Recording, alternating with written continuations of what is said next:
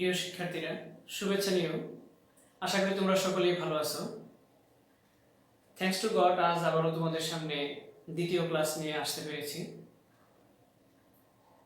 তো আজকে আমার টপিকসে যাওয়ার পূর্বে একটা কথা না বললেই নয়। আমি আমার পূর্বের ক্লাসে, দ্যাট মিনস প্রথম ক্লাসে আলোচনা করেছিলাম অ্যাপ্লিকেশন নিয়ে। তো সেখানে ভুলবশত একটা কথা স্কিপ হয়ে গিয়েছিল। অর্থাৎ সেখানে ডিসকাস করা হয়েছিল যে অ্যাপ্লিকেশনের যে বিভিন্ন পার্ট আছে সেই পার্টে রিসিপিয়েন্টস ডেজিগনেশন অ্যান্ড অ্যাড্রেস অংশে আসলে আমরা সেখানে কাকে অ্যাড্রেস করব, মানে কোন কলেজের নাম লিখব বা কোন প্রতিষ্ঠানের নাম লিখব বা কোন অ্যাড্রেসটা লিখব, কোন ঠিকানা লিখব, সেটা কিন্তু খেয়াল করতে হবে প্রশ্নে কোনো অ্যাড্রেস বা কোনো কলেজের কথা কোনো প্রতিষ্ঠানের কথা উল্লেখ আছে কিনা। যদি উল্লেখ থাকে তাহলে সেটাই উল্লেখ করতে হবে, আর যদি প্রশ্নে উল্লেখ না থাকে সেক্ষেত্রে আমরা এক্স ওয়াই জেড দিয়ে প্রতীক অর্থে ইউজ করব। আশা করি ব্যাপারটা বুঝতে পেরেছো। আর এই বিষয়টা আমরা অনেকে আগে থেকেই জানি, এরপরেও আমার আলোচনায় সেটা স্কিপ হয়ে গিয়েছিল, বিধায় আজকে আবার বললাম। তো welcome to my today's class. এখন now our today's topic is English first paper, graph and chart. Graph and chart, তা আমরা সকলেই এই গ্রাফ অ্যান্ড চার্টের সঙ্গে পরিচিত, বিশেষ করে এইচএসসি পরীক্ষার্থী বা এইচএসসি ক্লাসের student, first year, second year, সবাই আমরা জানি যে ফার্স্ট পেপারের question number 10, question number 10। So first পেপারের question number 10, that means in writing part first পেপারের কোশ্চেন নম্বর 10। এই কোশ্চেন নম্বর 10 marks also 10। এখানে marks 10, কোশ্চেন নম্বর 10। সো বুঝতেই পারছো টোটাল মার্কস এই কোশ্চেনের মার্কস হচ্ছে 10। It is very important marks, and 10 নম্বর তো অনেক নাম্বার। সো এই নাম্বারটা পেতে হলে এবং সহজে, আমি আগেই আমার পূর্বের ক্লাসে বলেছিলাম যে ইজি টপিকস গুলো কিন্তু আমরা একটু হাতিয়ার হিসেবে নিব, যে সহজে কিভাবে পাস করা যায় বা নম্বর স্কোরটা আগানো যায়। তো তার মধ্যে এটা একটা বিষয় যে ফার্স্ট পেপারে গ্রাফ এন্ড চার্ট, এখানে ভালো মার্কস আশা করা যেতে পারে। 10-এ যদি আনসার একুরেট এবং তোমার আনসার যদি খুবই সেই লেভেলে করতে পারো, 10-এ এখানে 9 out of 10 or 10 out of 10 also possible. Okay, so it is very important topics. তো এই টপিকসটা, এই question number 10, that means question number 10 graph chart, এই গ্রাফ চার্ট পরীক্ষায় কিভাবে আসে প্রথমে আমরা একটু দেখে নিই। চলো আমরা কিছু নমুনা প্রশ্ন দেখে নিই। তো আমি তোমাদের কিছু নমুনা প্রশ্ন দেখাচ্ছি, যে যেহেতু প্রশ্ন আন্ডারস্ট্যান্ড করা এটা আনসার ক্ষেত্রে খুবই ইম্পর্টেন্ট। তার মানে হচ্ছে তুমি কোনো কিছু আনসার করতে গেলে প্রশ্ন আন্ডারস্ট্যান্ড করা অত্যন্ত জরুরি। যদি প্রশ্ন আন্ডারস্ট্যান্ড না করতে পারি, গেজ না করতে পারি question, if you fail to analyze your question, then your answer also will be incorrect. That's why let's go see some sample question. Here is one sample question. It is not although it is looks very long or bigger, আবার someone মনে করতে পারে যে এটা answer কিনা। No, it is not answer, it is question। অর্থাৎ কোশ্চেনটাই মানে একটা বিশাল বড় দেখতে। হ্যাঁ, তো ভয়ের কিছু নেই। এটা কোশ্চেন, এই কোশ্চেনটা এটা একটা গ্রাফ। এবার তোমাদের কিন্তু এই কোশ্চেনে দুই ধরনের বিষয় আছে, একটা হলো গ্রাফ আর একটা হলো chart. Answer is equal, answer is same, answer system is same, but তোমার গ্রাফ আসলেও ভয় পাওয়ার কিছু নেই, চার্ট আসলেও ভয় পাওয়ার কিছু নেই। তার মানে আসতে পারে তোমাদের পরীক্ষায় দুটো আইটেম আছে এখানে, গ্রাফ এন্ড পাই চার্ট। তো গ্রাফ এন্ড পাই চার্টের মধ্যে যে কোনো একটা আইটেম আসবে, কিন্তু answer is equal about. So আমরা নমুনা প্রশ্ন দেখব, স্যাম্পল প্রশ্নে দেখতে পারবো যে সেখানে গ্রাফও দেখাচ্ছে আমি চার্টও দেখাচ্ছি। তো এই কোশ্চেনটা প্রথম অংশে কিন্তু ইনস্ট্রাকশন, প্রথম অংশে কি ইনস্ট্রাকশন। তো এই যে উপরে ইনস্ট্রাকশন দেওয়া আছে, নিচে গ্রাফ দেওয়া আছে, এই গ্রাফে আবার সাম ডেসক্রিপশন আছে, ইনফরমেশন আছে। এই গ্রাফটা রিয়েলাইজ করা ইজ ভেরি ইম্পর্টেন্ট। সো তোমাকে গ্রাফটা রিয়েলাইজ করতে হবে। যেমন এখানে দেখতে পাচ্ছ লেখা আছে বাংলাদেশ, ইন্ডিয়া, নেপাল। তার মানে এই গ্রাফে তিন দেশের কিছু ইনফরমেশন রয়েছে। আবার কোন ইনফরমেশন কি দিয়ে বুঝবো সেটাও কিন্তু এখানে যেমন ডার্ক করে দেওয়া আছে, এটা বাংলাদেশ, দ্যাট মিন্স বাংলাদেশ বাংলাদেশ বাংলাদেশ বাংলাদেশ। আবার ইন্ডিয়া ব্ল্যাঙ্ক আছে, মানে ইন্ডিয়া ব্ল্যাঙ্ক, নেপাল ব্ল্যাঙ্ক, এখানে একটু ইমেজটা কম বোঝা যাচ্ছে, দ্যাট মিন্স বেশি হোয়াইট যেটা এটা হচ্ছে আচ্ছা ইন্ডিয়া হচ্ছে এই অ্যাশ যেটা এটা ইন্ডিয়া, আর ফুললি ব্ল্যাঙ্ক যেটা সেটা নেপাল। এইভাবে কোশ্চেনটা রিয়েলাইজ করা অত্যন্ত জরুরি। এখানে তিনটা দেশের মধ্যে কম্পারিজন করেছে কোন একটা বিষয়ে, উপরে সেটা ইনস্ট্রাকশন রয়েছে। Let's go read the instruction of the question. The following graph shows the percentage. আরেকটা বিষয়, গ্রাফে কি দেখানো হয়, গ্রাফে কি বোঝানো হয়? আসলে গ্রাফগুলোতে কিন্তু গ্রাফে থাকে রেশিও। গ্রাফ বা চার্টগুলোতে কি ধরনের ইনফরমেশন থাকে? ইনফরমেশন থাকে কোন বিষয়ের রেশিও থাকতে পারে, কোন বিষয়ের রেশিও, সেখানে থাকতে পারে পার্সেন্টেজ, সেখানে উল্লেখ থাকতে পারে কোন কিছুর রেট, কোন বিষয়ের রেট রেশিও একই বিষয়, সেখানে থাকতে পারে কোন কিছুর নাম্বার, কম্পারিজন,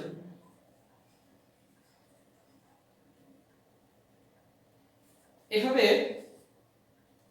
কোন কিছুর comparison, number, rate, percentage, ratio উল্লেখ থাকতে পারে। যেমন এখানে তারা বলে দিয়েছে শোজ দ্য পার্সেন্টেজ, এই গ্রাফে পার্সেন্টেজ দেখানো হচ্ছে কিসের percentage of early marriage in Bangladesh, not only in Bangladesh, India and Nepal in different decades. নিচে আবার কিছু ডিকেডস রয়েছে, ডিকেডস বলতে দশক, ঠিক আছে, 1980 1990 প্রতি 10 বছর মানে 10 বছরে এখানে পার্সেন্টেজ তুলে ধরা হয়েছে। যেমন আমার বাম পাশে এই আসলে গ্রাফগুলোর রেখাগুলোর বামে বা নিচে কিছু নির্দেশনা বা কিছু সংখ্যা লেখা থাকে, নাম্বার লেখা থাকে, এগুলো রিয়েলাইজ করা অত্যন্ত জরুরি। মানে নিচে পড়লে বোঝা যাচ্ছে যে এখানে প্রতি 10 বছর অন্তর যে ভেরিয়েশনটা সেটা বোঝানো হয়েছে এই রেখাগুলো দ্বারা, এই খাড়া লেখাগুলো দ্বারা মানে 10 বছর অন্তর ভেরিয়েশন বোঝানো হয়েছে। আর পার্শ্বরেখায় যে লম্বালম্বি টান আছে সেই পার্শ্বরেখায় 0%, 5%, 10% পার্সেন্টেজ বোঝানো হয়েছে। দ্যাট মিন্স টোটাল পার্সেন্টেজ এখানে 50% পর্যন্ত মাত্রা উঠানো হয়েছে। তো 1980 সনে তিন দেশের চিত্র কি ছিল, সর্বোচ্চ এখানে হয়তো 32 বা 3% পর্যন্ত উপরে উঠছে। আবার 1990 সনে 35 এর নিচে আছে, 2000 সনে 45 এর নিচে, দ্যাট মিন্স 44% পর্যন্ত আছে। আর 2010 এ সেটাও 40% এর নিচে, তার মানে 50% কোনো ডিকেটে উঠেনি। এইভাবে আসলে ইনফরমেশন এই গ্রাফে কি ধরনের ইনফরমেশন আছে আর তার ইনস্ট্রাকশনটা কিন্তু উপরে লেখা আছে যে early marriage in Bangladesh, India and Nepal in different decades, বিভিন্ন দশকে বা বিভিন্ন সময়ে সেই সময়ের যে তিন দেশের আর্লি ম্যারেজ পার্সেন্টেজ উল্লেখ করা আছে। Write a paragraph. এখন এই ইনফরমেশনটা যে দেওয়া আছে, ইনফরমেশনগুলো you have to write in sentence, that means অনেকটা প্যারাগ্রাফ স্টাইলে, জাস্ট লাইক এ প্যারাগ্রাফ। তাই বলে আমার উপরে না প্যারাগ্রাফের মতো নেম লেখার কোনো প্রয়োজন নেই, জাস্ট শুধু ডেসক্রিপশন। আচ্ছা, depending on the graph given below, এই নিচে যে গ্রাফটা দেওয়া আছে সেটার আলোকে লিখতে হবে।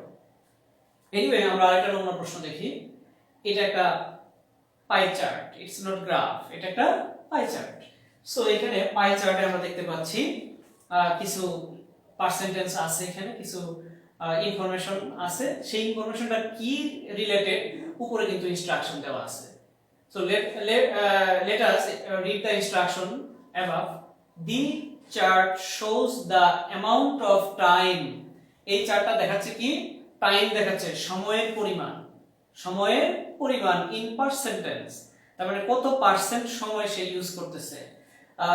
Time that Sohel spends each day that means every day, অর্থাৎ এই total pie chart shows one day activities, মানে total one day that means 24 hours. এই টোটাল 24 আওয়ার্সটাকে তারা 100% কাউন্ট করেছে। তার মানে 24 আওয়ার্সকে 100%, এই 100% এর মধ্যে কত পার্সেন্ট সে কোন কাজটা করছে? কে? Suhel. Spends each day on various activities, তার মানে বিভিন্ন ধরনের কাজ। এখানে হাউ মেনি অ্যাক্টিভিটিস? 1 2 3 4 5 6। এইভাবে বিভিন্ন অ্যাঙ্গেলে গ্রাফ বা চার্ট যেটা দেওয়া থাকবে, সেই গ্রাফ বা চার্টকে বিভিন্ন অ্যাঙ্গেলে তোমাকে ইনফরমেশন গুলো আগে রিয়েলাইজ করতে হবে। Information you have to gather in your memory, then you just write in sentence. That is the system of answering graph chart. Now analyze the chart, focusing the main aspects. তো এই হচ্ছে, যেমন আমরা দেখতে পাচ্ছি Suhel everyday 50%, তার মানে total টাইমটা বলছি, টোটাল টাইম একদিন, দ্যাট মিন্স 24 আওয়ার্স। 24 আওয়ার্স, এখানে 24 আওয়ার্স, এই 24 আওয়ার্সকে 100% মনে করা হয়েছে। 100% এর মধ্যে 50% সময় সে স্টাডি করে, যেহেতু সে স্টুডেন্ট, এজন্য 50% টাইম সে স্টাডি করে। ইট করে, দ্যাট মিন্স ইটিং 6%, টিভি দেখে 10%, প্রেয়ার করে, প্রার্থনা করে 8%, স্পোর্টস দ্যাট মিন্স খেলাধুলা করে, এখানে হচ্ছে 10%। Others activities, some co-curricular activities, suppose gardening, travelling, any other, drawing, এইভাবে অন্যান্য কাজ করে সে 16%। তো আশা করি আমরা স্যাম্পল কোশ্চেন মানে প্রশ্ন পরীক্ষা কিভাবে আসবে সেটা বুঝতে পারছি। তারপরে কোশ্চেনে কিন্তু দুটো পার্ট, উপরে হচ্ছে ইনস্ট্রাকশন দেওয়া থাকবে, নিচে চার্ট বা গ্রাফ দেওয়া থাকবে। সেই গ্রাফ বা চার্টে যে ইনফরমেশন গুলো দেওয়া থাকবে, সেই ইনফরমেশন গুলো সম্পর্কে কি লিখতে হবে সেই ইনস্ট্রাকশন উপরে দেওয়া আছে, সেই আলোকে আমাদের আনসারে শুধু লিখে দেব। আমি আরেকটা নমুনা প্রশ্ন দেখাচ্ছি।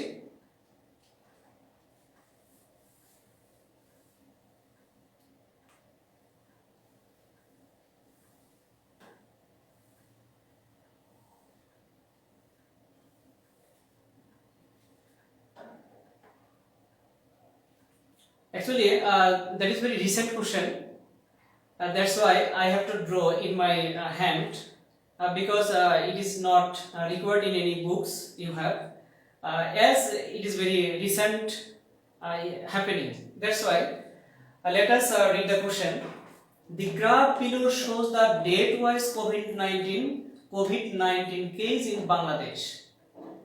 Do you realize?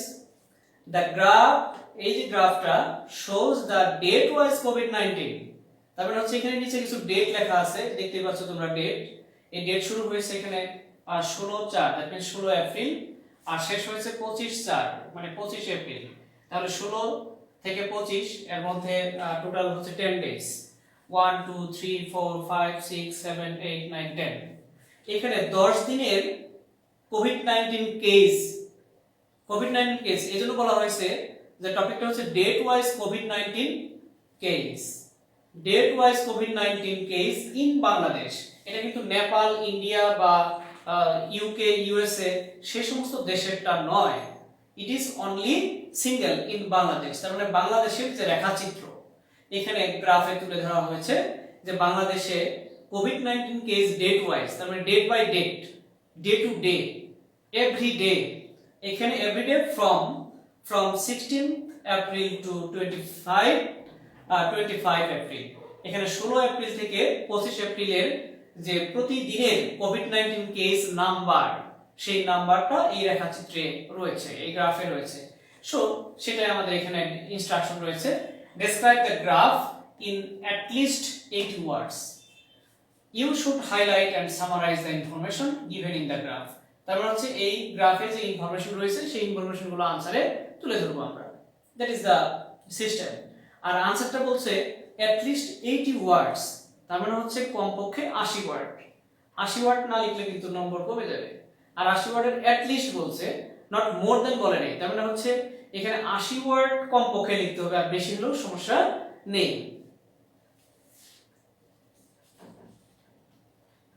এখন আসলে এই গ্রাফ বা চার্ট যেই হোক না কেন, পাই চার্ট আসুক আর গ্রাফ আসুক, যেটাই আসুক না কেন, এটা আনসার করা কিন্তু খুব জটিল কিছু না, অত্যন্ত ইজি।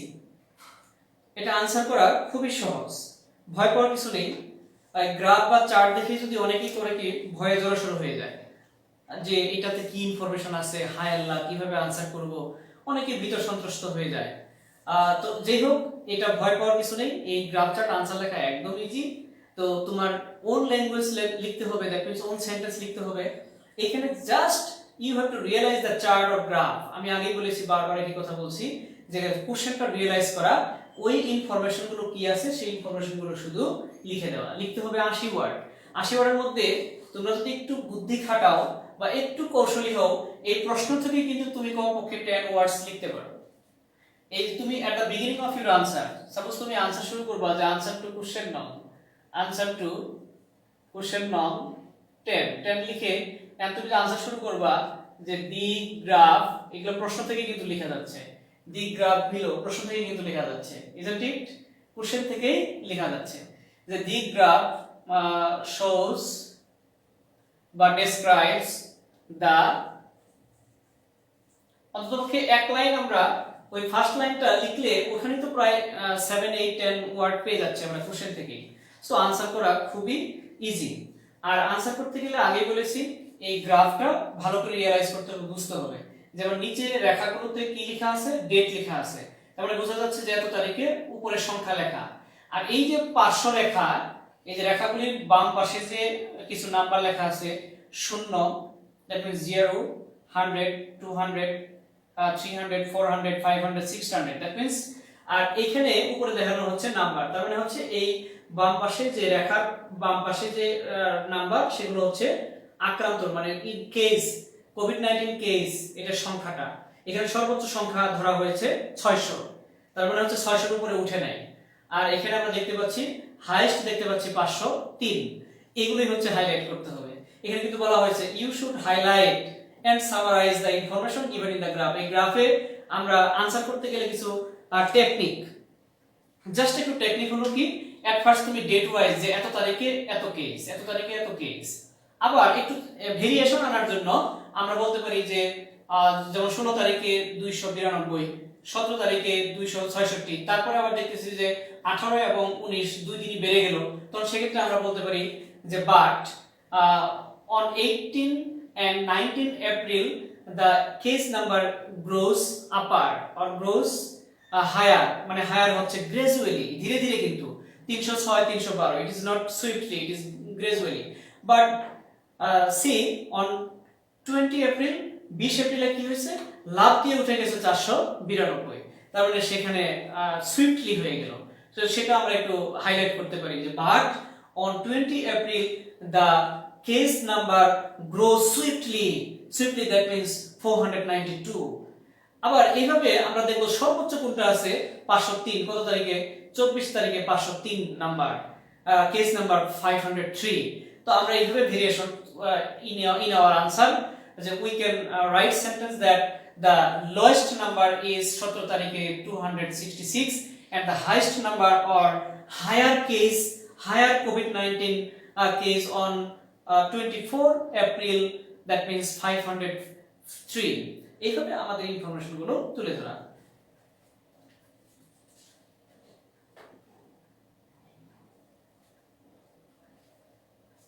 সো আমরা আনসারে আমরা ভীত সন্ত্রস্ত না হয়ে কি বলেছি যে আনসারটা লিখতে হবে ইজি ল্যাঙ্গুয়েজে। আমরা খুব ইজি ল্যাঙ্গুয়েজ ইউজ করব, যেমন এখানে আমরা ইজি ল্যাঙ্গুয়েজ ইউজ করতে পারি, খুবই ইজি ল্যাঙ্গুয়েজ, যে আমরা প্রশ্ন থেকে একটু শুরু করব, তারপর বলবো যে এত তারিখে এটা ছোট ছোট বাক্য লিখবো আর নিজের ভাষায় আমরা লিখবো ইজি ল্যাঙ্গুয়েজে, কোনো সমস্যা নেই। আর ইজি ল্যাঙ্গুয়েজ লিখলে ভুল কম হওয়ার সম্ভাবনা। আর যদি বড় বড় বাক্য লিখতে যাও, মানে বাক্যে আনকমন ওয়ার্ড ইউজ করতে যাও, তাহলে তোমার হয় স্পেলিং মিস্টেক হবে, নয় তোমার আনসারে ভুল হয়ে যাবে। তো তার থেকে আমরা কি করব, স্মল সেন্টেন্স লিখবো, try to write easy language and use easy word, common used word. So আমরা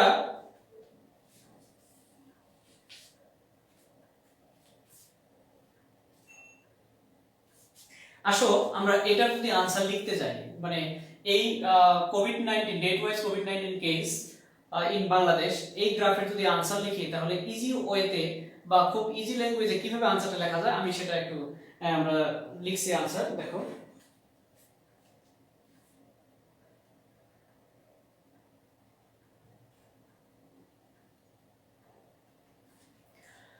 আচ্ছা, ওই গ্রাফের আমরা আনসারটা সাজিয়েছি এইভাবে: the graph provides information about the date wise COVID-19 case number in Bangladesh from, ওই যে বলা হয়েছিল 10 দিন 16 তারিখ থেকে কত 25, এটা কিন্তু লেখা হয়েছে যে from 16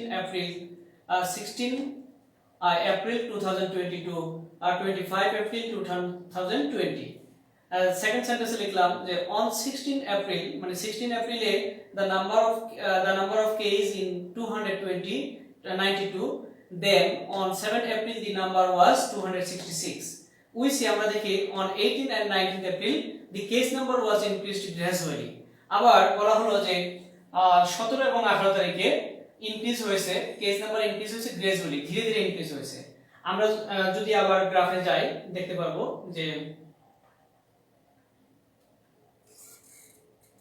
এই 17 18 এবং 19 তারিখে, বা হ্যাঁ 18 এবং 19 তারিখে কিন্তু গ্রাজুয়ালি বৃদ্ধি পেয়েছে 306 312, কিন্তু পরের লাইনে আমরা হয়তো লিখবো বাট 20 তারিখে কি হয়েছে, লাভ দিয়ে উঠে গেছে 492। আবার হাইস্ট কত, ইনফরমেশনগুলো আবার একটু দেখে নেই তাহলে आंसर সুবিধা হবে। আচ্ছা,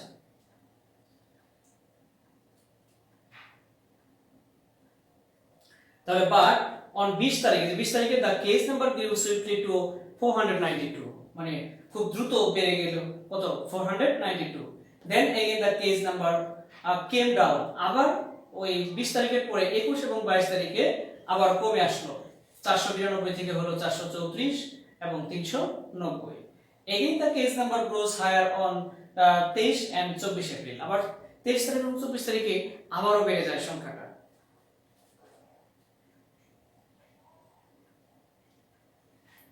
However, the graph indicates, যাই হোক এখন আমরা ফিনিশিং টানতেছি, ইনফরমেশনগুলো কিন্তু দেওয়া হলো, লিখলে কিন্তু আরো লেখা যাবে, কিন্তু এখানে তো বলছে যে 80 ওয়ার্ড, 80 ওয়ার্ডের জন্য তো এত বেশি লেখা যাচ্ছে না।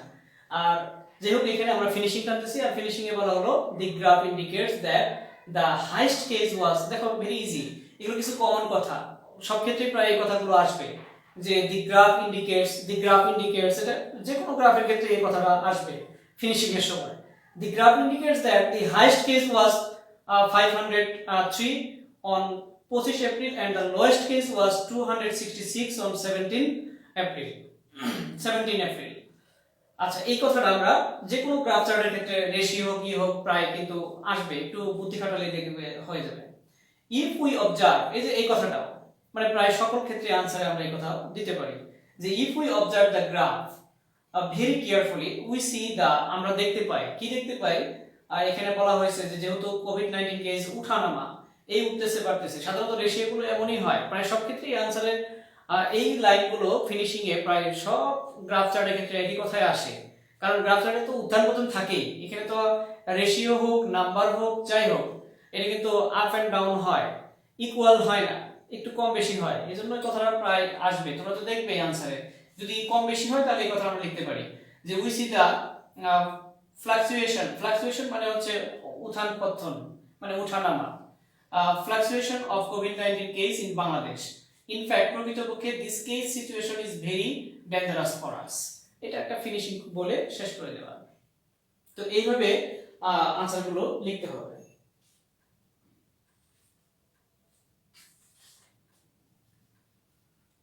আরেকটা বিষয়, আনসারের সময় ওই গ্রাফটা বা চার্টটা যদি তুমি আনসারের হয়তো শুরুতে বা শেষে গ্রাফ পেন্সিল দিয়ে যদি এঁকে দাও তাহলে সেটা কিন্তু মন্দ নয়, অনেক ভালো। তো যদি পেন্সিল দিয়ে এঁকে দাও ওই গ্রাফ বা চার্টটা যদি এঁকে দিতে পারো তাহলে কিন্তু এটা অনেক পজিটিভ হবে।